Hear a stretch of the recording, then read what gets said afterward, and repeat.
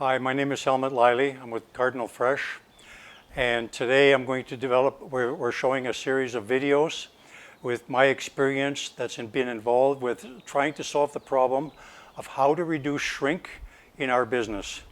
I've been studying this problem for the last 15 years, and I believe now I have a solution. And by the way, I am not AI generated. I'm a real person.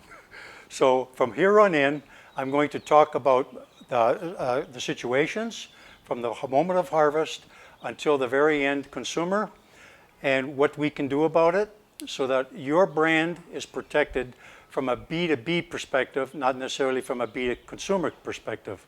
Because in the end, what you're trying to do is you're trying to sell your product to a buyer that really wants your product.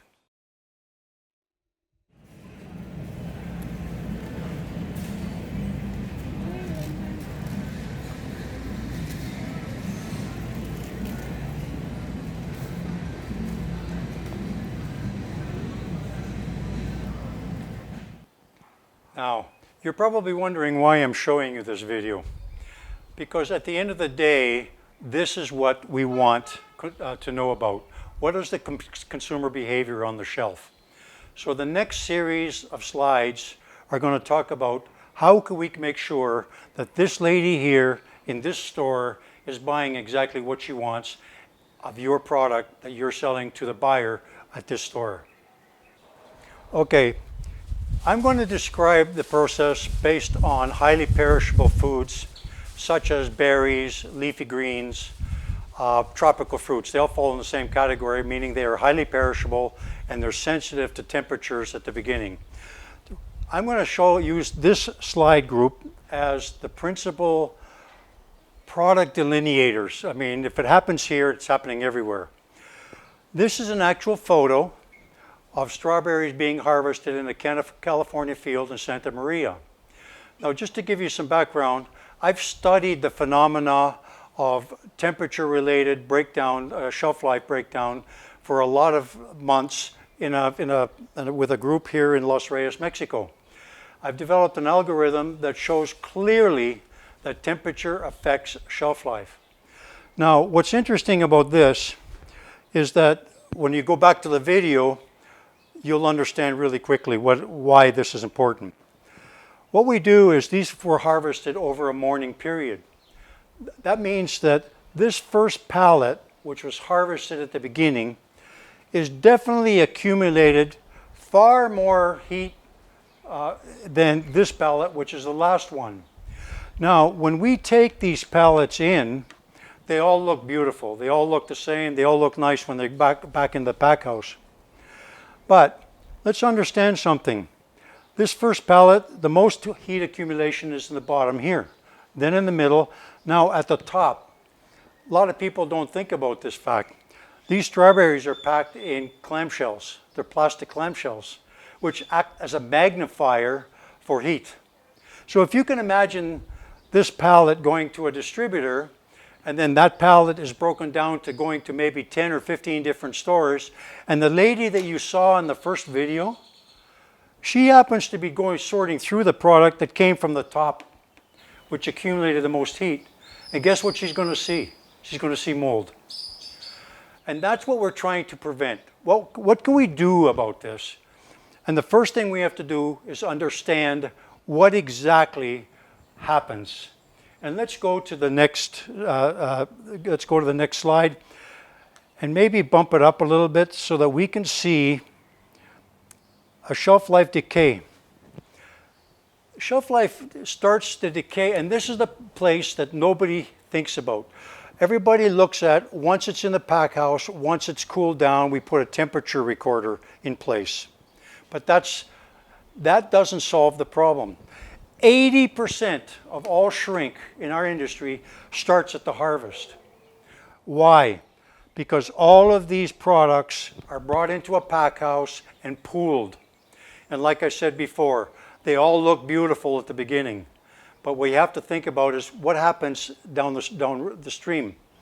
And what I've done is you have to look at temperature bands, how long in each temperature band the product sits. And from that, we can conclude that we've accumulated so many shelf life days lost. What this is actually tells you what the physiological shelf life is, not the chronological shelf life. So and every product has a different rate. Those have been studied. We need to do more studies, but this will give you a pretty good idea. And then say what happens if you have a producer, say you're a packer and you have 10 or 12 different vendors, or even one vertical farm, but you have different farmers bringing the product in. If you bring it in, the product quickly, you can see the shelf life that you lose is almost minimal. But then what happens is when you start, if you can raise that up, but when you start putting all of them, waiting till the truck is loaded or waiting till the end of the harvest and you bring it in, that's when you lose most of the shelf life. However, what happens is we're assuming that because it's 1 day's harvest, okay, that we can treat them the same. And it turns out that we can't. Okay, what I'm talking about here, this chart is what I call an economic value added chart. And what it does is it shows you what the potential gains are if we reduce the shrink. In this column, in this section, this is what we normally have in the industry. It's industry standards, 10% to the packer shipper, 2% to the distributor, 12% to the retailer. Margins are in the 15% range, 10 and 40% range. One can argue the numbers a little bit, but certainly the context is correct. What's the point of this exercise? Here I'm going to use strawberries, lowly price, say average annual prices, and a scenario where we're talking about 500,000 cases a year in production. What's the point? The point is, I want to show you by reducing the shrink and going through the effort of understanding how your reducing shrink at your pack house affects the shrink loss opportunity at downstream. So if we can change this number, say from 10% to 7%, we make this 1%, and we make this 8%. What we're showing here is if you reduce the shrink by these numbers, the impact on the supply chain. With this situation, with this pricing model, which is typical, if not low, you're talking about $1 million of savings. And I'm talking about that $1 million is what was invoiced for, but you didn't get paid for. The retailer buys your product to sell it. He doesn't buy it to dump it. Okay, so we have to understand how important what you do at the beginning, which is what that slide of I was trying to show you at the beginning with the strawberries, what you do there impacts here.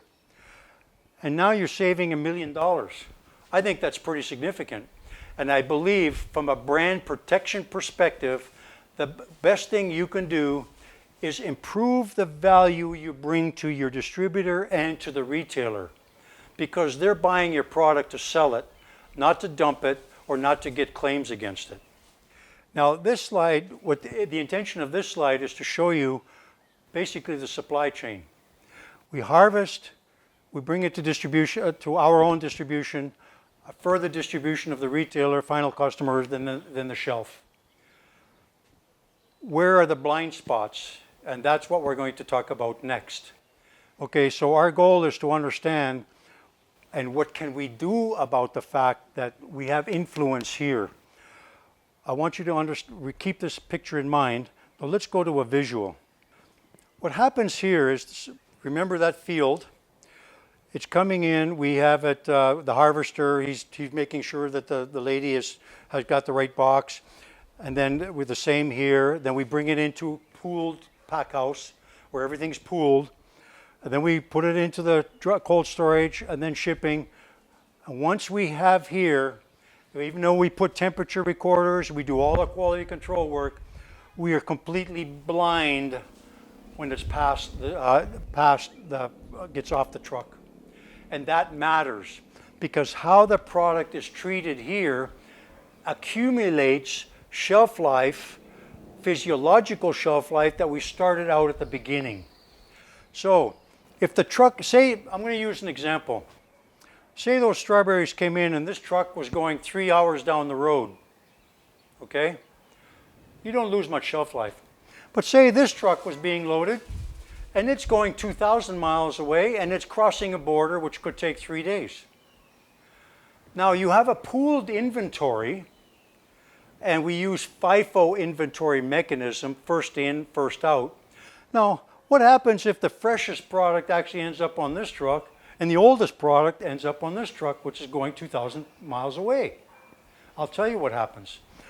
100% sure you're going to get claims on this truck.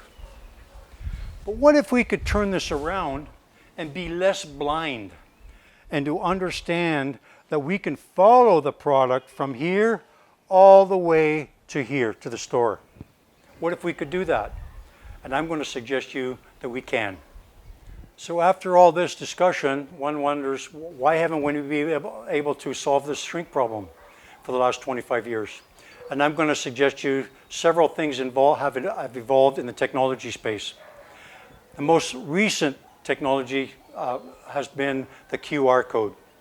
By using a QR code, we can now actually monitor and measure every event that happens at the case level, at the pallet level, and at the lot level.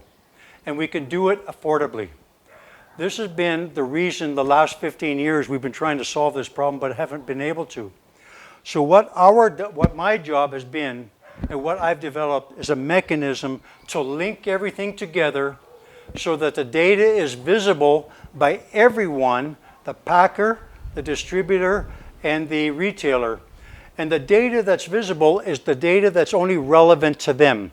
You can actually, with the use of only a smartphone, by scanning any of these tags, you will know what pallet it came from, where it came from, how long has it been in the system. You can read the temperature history, you can get the PDF download for the temperature, and you can know exactly how many days are left, how many days this product has left in terms of usable shelf life.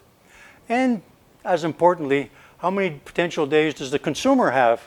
Because I've always believed that fridge life is also important. So this is the mechanism that I've developed that we can now track by cases, which has never been able to be done before. Okay, to the finale.